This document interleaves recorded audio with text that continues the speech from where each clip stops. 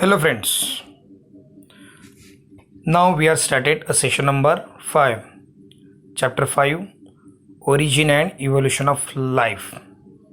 In this session, we are studied about theories of organic evolution. Second theory, the second theory is a mutational theory. So in the last session, we are studied about the Darwin theory of organic evolution.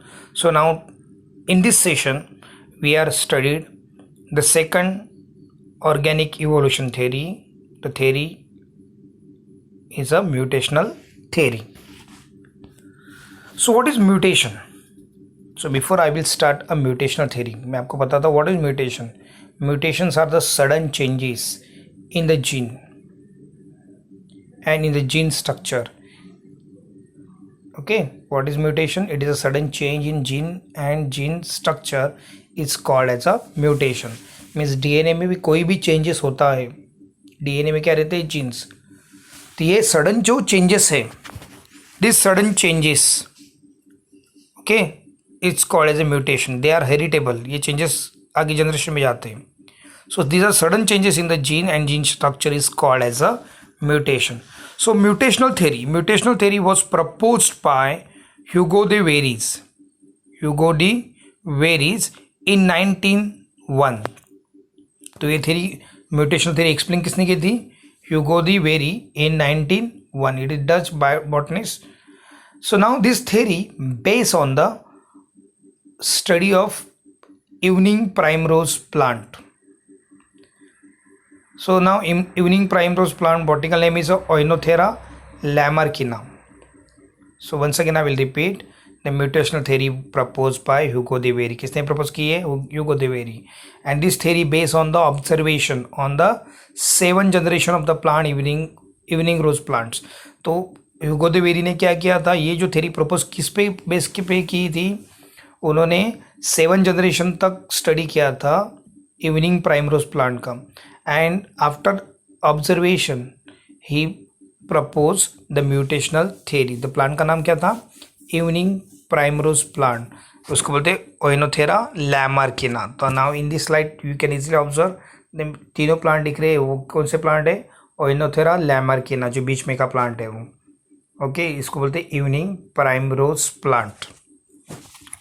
So now by studying this evening primrose plant, he found that most of the offspring resemble to their parents. ये जब उन्होंने ये plant study किया था, उन्होंने क्या observe किया था कि मोस्ट ऑफ द जो पेरेंट ऑफस्प्रिंग थे इस प्लांट के दूसरे नए plants, okay, they are resemble to their parent. वो पेरेंट जैसे ही थे, okay, in many characters, but some offspring show other appearance because of sudden variation, and these are the clearly difference from their phenotypic expression of the parents.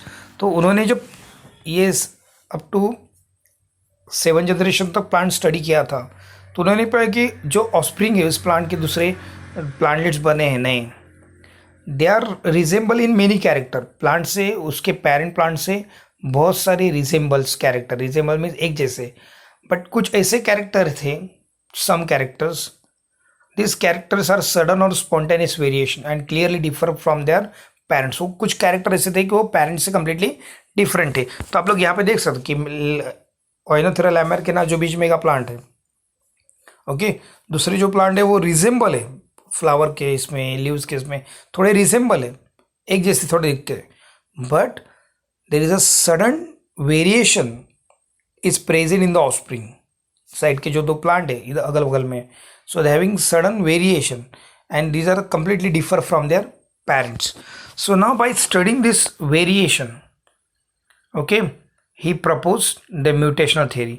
So now by studying this plant, he concluded that the sudden variation which is occur in the offspring is occur because of mutation. तो उनका कहना था कि ये जो changes हो रहे हैं offspring में, ओके, जो पेरेंट्स से डिफरेंट है, वो चेंजेस किसकी वजह से हो रहे हैं? Because of mutation. Okay, now because of mutation, now he observe that some variant also produce more variation. तो कुछ ऐसे वेराइटी थे कि उसमें ज़्यादा वेरिएशन था, and he noted that this sudden changes are inheritable, और उन्होंने एक नोटेड क्या किया था कि जो चेंजेस हो रहे हैं वो इनहेरिटेबल है. इनहेरिटेबल मीन्स एक जनरेशन से दूसरी जनरेशन में भी दिख रहे हैं. And it propose mutational theory. So once again I will repeat what is mutational theory. Mutational theory was proposed by Hugo de Very 1901 by studying evening primrose plant Oenothera lamarcina up to 7 generation.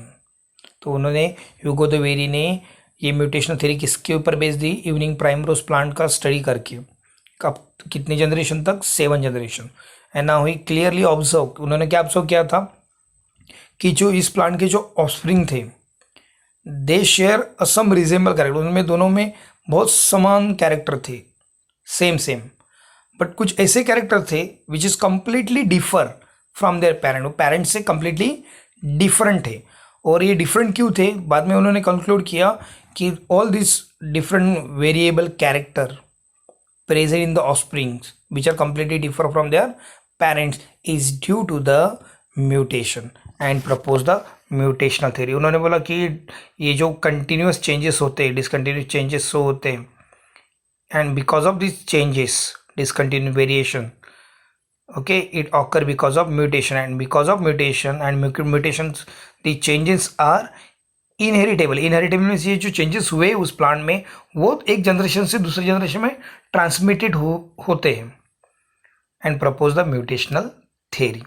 Okay, are you getting? आपको समझ में आया होगा, मुझे लग रहा है ऐसे एकदम ईजी है कि ह्यूगो de वेरी ने क्या किया था, इवनिंग प्राइमरोज 7 जनरेशन तक स्टडी किया था और उन्होंने पाया कि पेरेंट प्लांट और ऑफस्प्रिंग प्लांट में बहुत सारी सिमिलरिटी है बट कुछ ऐसे डिसिमिलरिटी है. वो किसकी वजह से आई? Discontinue variation. और ये वेरिएशन किसकी वजह से आया? Because of mutation. ओके, और ये जो चेंजेस थे वो सब इनहेरिटेबल, एक जनरेशन से दूसरी जनरेशन में रहे. तो दो चेंजेस ऑफस्प्रिंग में पाए गए जो कंप्लीटली डिफर थे is because of mutation and propose the mutational theory. आप लोग इस प्लांट में देख सकते हैं. तो middle plant is a parent plant. So now in this parent plants, okay, these are the main wide variety of the parent plants, but now in their offspring आप लोग ये यहाँ पे नीचे स्पेशीज देख सकते हैं, ओइनोथोरा लाटा और ओइनोथोरा नैनिला. ये दो स्पेशीज है साइड में, जो बीच में का है वो Oenothera lamarckiana. So Oenothera lata and Oenothera nanella having some resemble character. उनके फ्लावर इसमें सब रिजेंबल कैरेक्टर एक जैसे दिखते हैं, but some character are completely differ. आप लोग उसमें पत्ते देख सकते हैं, एक में लंबे हैं, एक में थोड़े चौड़े जैसे. तो जो चेंजेस है वो पेरेंट से कम्प्लीटली डिफरेंट था. और ये चेंजेस क्यों आए, उन्होंने क्यों बताया?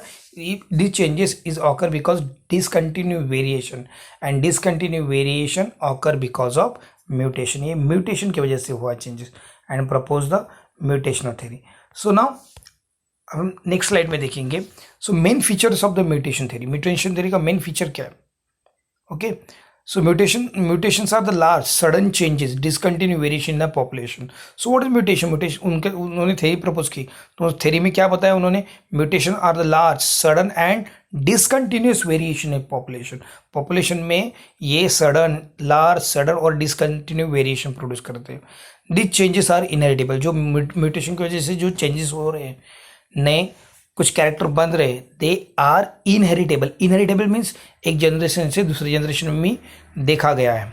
Okay, mutation provide raw material for organic evolution. उनका कहना था mutation provide a raw material for organic evolution. जो भी ऑर्गेनिक इवोल्यूशन हुआ है it is because of mutation. Mutation ने रॉ मटेरियल प्रोवाइड किया. ओके, म्यूटेशन में भी यूजफुल और हार्मफुल. उनका कहना था म्यूटेशन यूजफुल भी है और हार्मफुल भी. So useful mutation are selected by nature. जो नेचर क्या सिलेक्ट करता है? Useful mutation. Okay, and now the accumulation of this mutation over a period of time lead to origin and establishment of new species. तो उनका कहना था जो mutation हो रहे जनरेशन में from the period of time it responsible for the origin and establishment of new species. इसकी वजह से नए स्पीशीज बने. तो आप लोग यहाँ पे देख सकते हैं कि ओइनोथेरा लैमरकिना जो बीच में के स्पीशीज है और दोनों साइड की जो स्पीशीज है उनकी हाइट, उनका शेप थोड़ा डिफरेंट है. ओके, और ये किसकी वजह से? म्यूटेशन. और म्यूटेशन की वजह से ये क्या हुआ? Origin of new species. ये नया एस्टेब्लिश किया स्पीशीज को as a new species. Plant को establish as a new species. And now harmful mutation may be persist or get eliminated by the nature. उनका कहना था कि यूजफुल जो म्यूटेशन है, okay, they are selected by the nature. वो कौन select करता है? नेचर. एंड हार्मफुल म्यूटेशन में भी परसिस्ट रहता है या gate eliminated by the nature, रह सकता है या एलिमिनेटेड करता है. एलिमिनेटेड कौन करता है? Nature. So these are the main features of the mutation theory. Mutation theory का पहला फीचर कौन सा है? Mutation are the large, sudden and discontinuous variation. Okay, these changes are inheritable. ये म्यूटेशन चेंजेस कैसे थे? इनहेरिटेबल. एक जनरेशन से दूसरी जनरेशन में भी वो चेंजेस देखा गया है. Okay, mutation provide raw material for organic evolution. Mutation क्या प्रोवाइड करता है? Raw material for organic evolution. So mutation are useful और हार्मफुल. यूजफुल रहेगा, they are selected by the nature, और हार्मफुल रहेगा, वो they get eliminated by the nature और persist. Okay, these are the main features of the mutational theory. Mutational theory किसने propose की है? ह्यूगो दो very. So now what is the main objection of this theory? इस theory को भी objection है. Mutation theory is not 100% perfect. जितना Darwin theory को जितना एक्सेप्टेड किया है उतना म्यूटेशन थ्योरी को ज़्यादा एक्सेप्टेड नहीं किया. So what first objection? जो प्लांट में large and discontinuous variation observe किया गया, ओके, बाय द ह्यूगो दो very, it is not because of mutation, it is because of chromosomal aberration.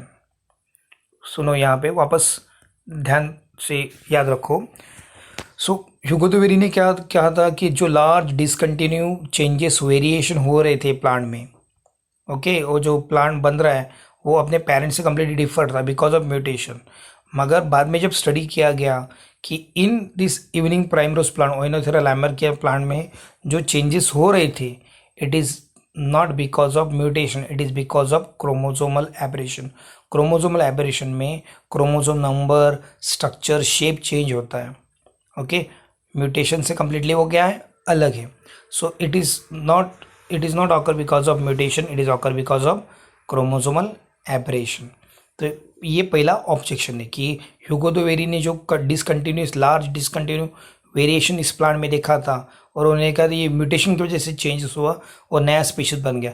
मगर बाद में स्टडी किया गया तो पता चला कि ये जो चेंजेस हुए थे प्लांट में, आप लोग देख सकते हैं इस स्लाइड में कि प्लांट में चेंजेस हुए, ये प्लांट में चेंजेस म्यूटेशन की वजह से नहीं, because of chromosomal aberration. Okay, second उनका ऑब्जेक्शन था the rate of mutation is very slow. अभी देखो यहाँ पे जो नेचर में जो म्यूटेशन का जो रेट है, it is very slow and as compare to the require of evolution.